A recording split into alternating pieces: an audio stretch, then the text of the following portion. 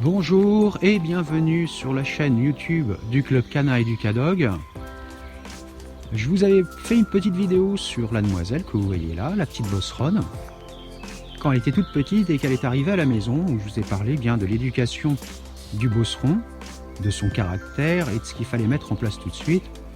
Et je vous parle souvent aussi de l'importance du rappel et de la sociabilisation. Alors si vous n'avez pas vu la vidéo précédente bien sur la demoiselle quand elle était toute petite, je vous mettrai un lien et puis je vous invite vraiment à la voir avant tout, avant de regarder cette vidéo. Alors pour ceux qui l'ont vu déjà la vidéo précédente, vous avez remarqué, hein, elle a bien grandi. Elle arrive à ses 6 mois déjà, le temps passe vite. C'est un amour de toutou. Et comme toujours, je la promène dans un coin comme ça, une forêt, où elle a des petits chemins et elle est toujours sans laisse. Alors quand je vous avais parlé de l'importance de l'éducation du chien, du bosseron, parce que c'est un chien qui est adorable, très pot de colle, mais aussi qui a beaucoup de caractère, beaucoup de personnalité, tout ça, une fois que c'est mis en place, ça vous permet de vous promener avec un chien qui va avoir 6 mois, donc qui rentre dans l'adolescence. C'est pas forcément la phase la plus facile que vous allez avoir avec la vie du chien, mais bon voilà, c'est une phase qui doit passer. Hein, quand ils arrivent vers 1 an et demi, 2 ans, les choses vont mieux parce qu'ils se sont stabilisés. Donc comme vous pouvez le voir, la demoiselle elle est sans laisse. Alors vous le voyez aussi sur la vidéo, en fait elle s'en va jamais bien loin. C'est pour ça que par moment, quand je filme, vous la voyez pas parce qu'elle est juste à côté de moi. Elle a cette habitude, je lui ai appris, et même quand elle joue, quand elle s'éloigne, quand elle navigue comme ça, elle ne s'en va jamais très loin. Et si je m'arrête, automatiquement elle s'arrête elle aussi. C'est quand même un super confort de vie. Vous voyez à quel point c'est que là, elle a trouvé un petit morceau de bois, c'est génial. Et elle se couche parce que je ne bouge pas. Alors si je ne bouge pas, elle ne bouge pas non plus. Tout ça, c'est dû au fait que quand elle était petite, je lui ai appris à se promener sans laisse. Mais aussitôt qu'elle s'en allait un peu trop loin, mon goût, je la rappelais joyeusement, avec beaucoup d'entrain, quelque chose d'extrêmement positif. Ça fait que maintenant, elle sait à peu près la distance à laquelle elle a le droit d'aller d'elle-même avant que je la rappelle. Allez, bien joué. Allez, bien joué. Allez, cours. Allez, cours. Voilà. Alors là, vous voyez, c'est difficile de la filmer en même temps parce que elle est très contente et puis elle reste malgré tout toute proche de moi. Je vais essayer de vous la filmer quand même au maximum. Donc là, vous voyez, je m'éloigne, je recule volontairement.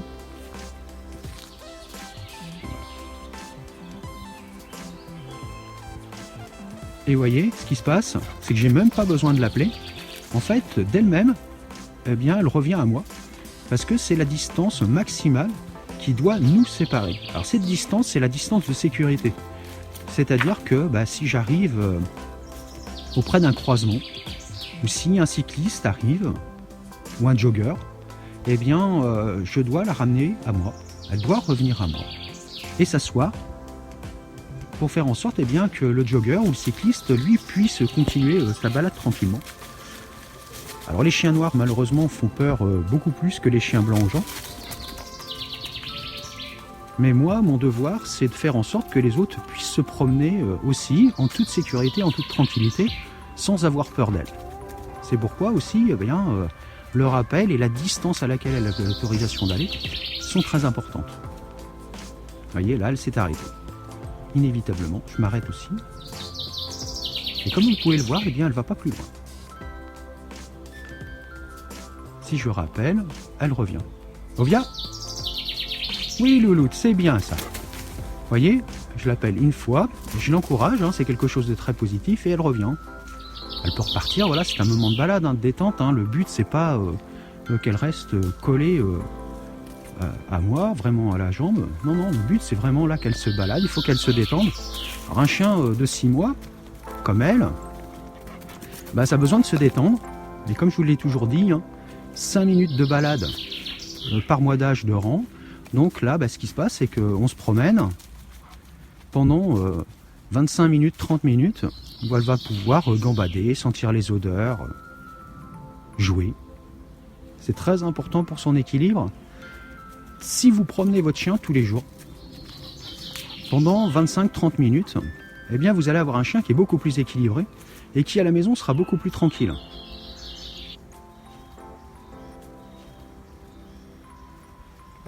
vous aurez un chien qui aura moins tendance à détruire ou à faire des bêtises tout simplement parce que il a son moment de liberté et ce moment pour se dépenser. À cet âge-là, ils ont des besoins, ils ont besoin de courir, de jouer. Ça n'empêche pas de jouer après avec ses copains et ses copines. Aussi parce qu'ils ont besoin de sociabilisation. C'est très important la sociabilisation chez un chiot. On sait qu'un chiot qui a été bien sociabilisé, bien cadré, avec des règles de vie et beaucoup d'amour, c'est un chien qui sera adulte bien dans sa tête. Et ça vous évitera beaucoup de problèmes, y compris de comportement.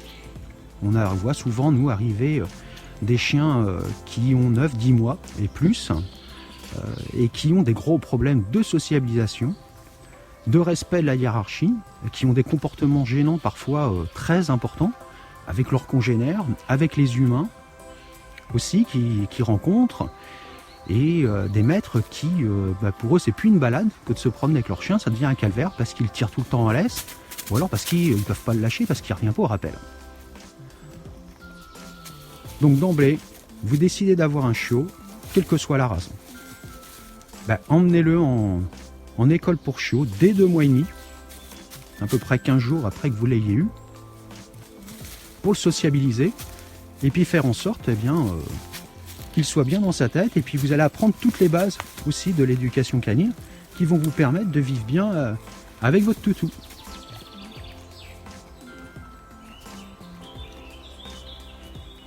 Non, forcément, un petit brin d'herbe, une feuille, c'est super bon. Un morceau de bois, c'est super attirant. Donc moi je la laisse naviguer tout le temps comme ça, tranquillement. Je la rappelle une fois de temps en temps, à moi, mais pas trop souvent parce qu'elle a besoin vraiment de ce moment de détente et de liberté.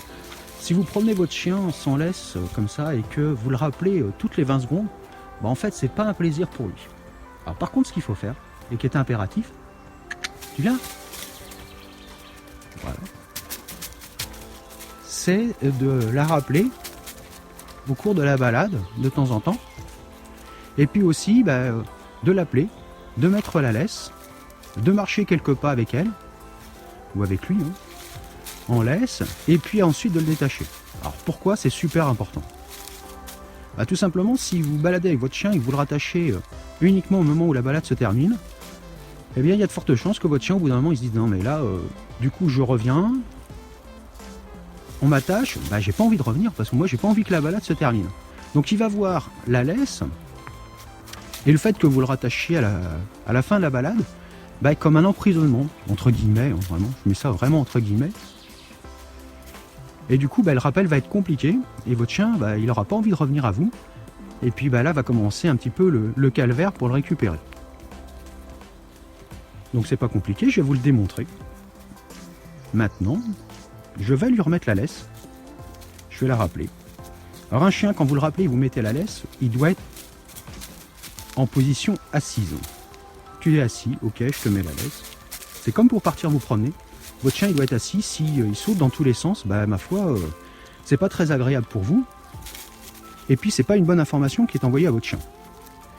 Donc en fait, votre chien, il doit être assis au moment où vous mettez la laisse.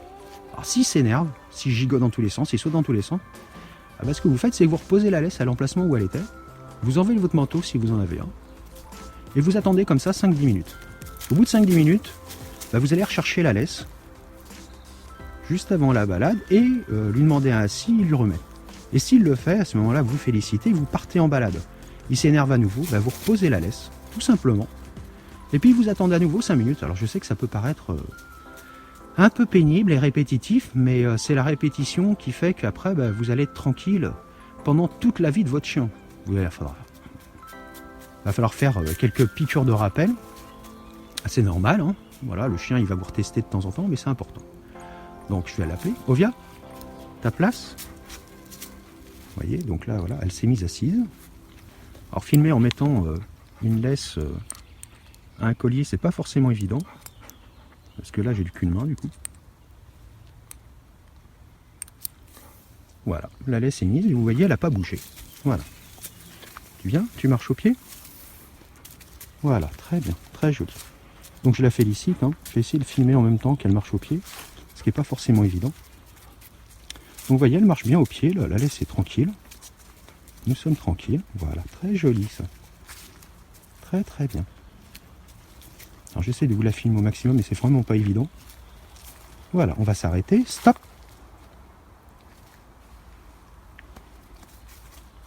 Assis. Voilà. Alors elle fonctionne beaucoup plus au geste qu'à la voix. Du coup, quand je la mets assise, c'est la position de ma main qui lui incline le assis. Très joli ça. Pas bouger. Voilà, j'enlève la laisse. Et maintenant, je vais lui donner l'autorisation d'y aller. Allez, tu peux. Allez, va. Et voilà. Maintenant, elle peut repartir à jouer. Alors, vous voyez ça, il faut le faire, ma foi, 2-3 fois pendant votre balade. Comme ça, votre chien va apprendre, bah, c'est pas parce que j'ai la laisse, en fait, qui est remise que c'est la fin de la balade. Du coup, quand vous allez arrêter la balade, bah, vous aurez un meilleur rappel, un bien meilleur confort de vie. Et puis, en même temps, comme je vous le disais, si vous croisez des joggers ou des vélos, bah, le but, c'est de mettre les gens dans une situation confortable. C'est-à-dire, vous rappelez votre chien, vous le mettez à vos pieds, vous remettez la laisse par mesure de sécurité, si vous préférez ça comme ça. Et puis, une fois que le jogger est passé ou que le vélo est passé, eh bien, vous pouvez redétacher votre chien et à nouveau lui donner l'autorisation d'aller naviguer où il a envie. C'est sur autorisation. Vous restez toujours le leader. Un leader, c'est pas quelqu'un qui est terrible, c'est pas quelqu'un qui va oppresser le chien ou qui va être violent, loin de là. Un leader, c'est quelqu'un qui a une autorité naturelle qui fait que le chien, il fait les choses pour vous faire plaisir. Il vous écoute parce qu'il sait que c'est comme ça qu'il a des privilèges. Le fait qu'elle écoute bien, son privilège, c'est ça. Hein. C'est de pouvoir se promener en liberté comme ça, dans les chemins, en forêt. C'est son privilège. C'est parce que elle est cool, elle obéit, elle écoute ce que je lui dis. Donc elle a plein de privilèges. Alors ce qu'elle adore aussi, c'est la panse de bœuf séché. Alors ça sent très mauvais pour nous humains. Par contre, les toutous, ils en raffolent. Ça peut être une super friandise. Vous achetez ça en grand sachet, vous prenez des ciseaux et vous les coupez en tout petits morceaux. Et à chaque fois que votre chien exécute un ordre parfaitement bien, eh bien, ma foi, vous lui en donnez un petit morceau. Et il associe la récompense de la friandise à l'action qu'il a menée. Et franchement, un chien qui est bien éduqué, le confort de vie, il va avec. Alors c'est pas... je ne demande pas la perfection non plus. Hein. Ça reste un chien, un animal, avec ses propres pensées, ses envies. Quand elle n'a pas envie de travailler, elle n'a pas envie de travailler. C'est normal, voilà. Il faut savoir respecter aussi ça.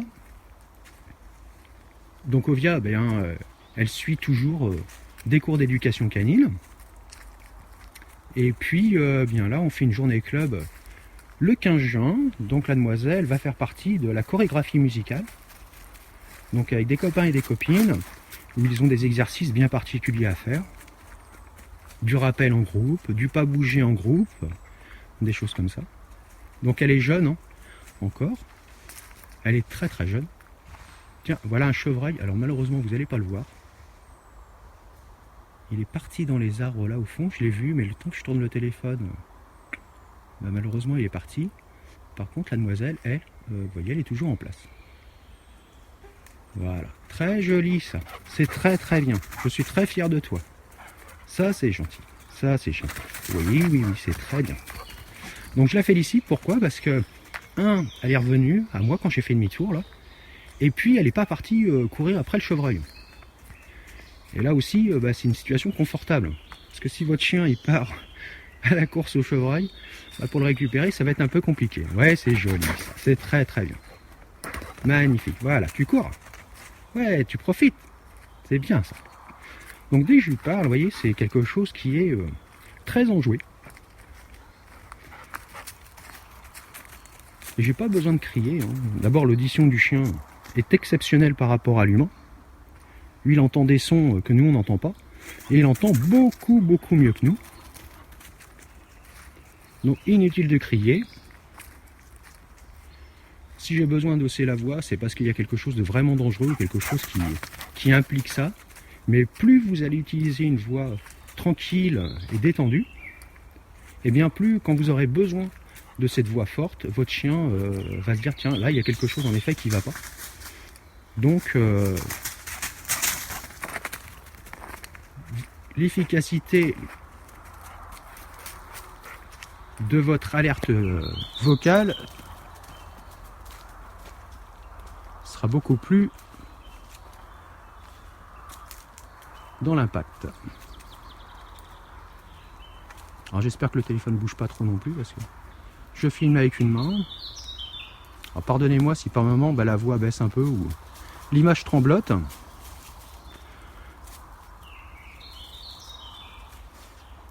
Ah, toujours sa petite oreille là qui est pas dans le bon sens. Alors la demoiselle, j'ai récupéré deux dents à elle, deux dents de chiot. Parce que pareil, elle a appris le don quand elle a quelque chose dans la gueule. Ça c'est très important. Parce qu'en balade, elle peut choper un truc ou à la maison. Et je dois pouvoir lui récupérer dans la gueule sans batailler avec. Il faudra que je vous fasse une vidéo d'ailleurs du comment récupérer quelque chose dans la gueule du chien.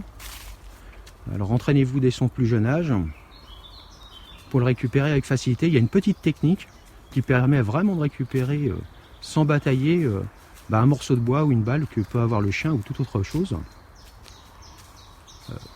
Vraiment sans tirer dessus et jouer au combat avec.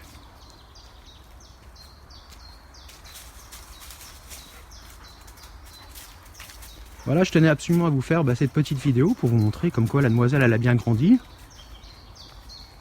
Si vous avez des photos ou des toutes petites vidéos comme ça, mais vraiment petites, sur vos toutous, n'hésitez pas à les envoyer avec un petit texte pour raconter l'histoire. Et puis pourquoi pas, je vous ferai un petit montage photo et vidéo que je remettrai sur la chaîne YouTube du Club Canin.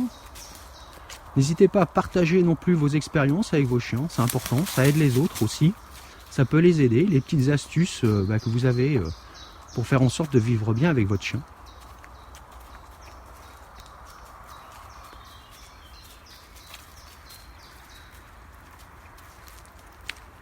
Voilà, écoutez, je vois à peu près le temps qu'on a mis de balade là, 17 minutes. On va profiter encore d'un petit quart d'heure de balade, tranquille tous les deux. Je vous dis à très bientôt sur la chaîne YouTube du Club Canin. Bonne journée à vous.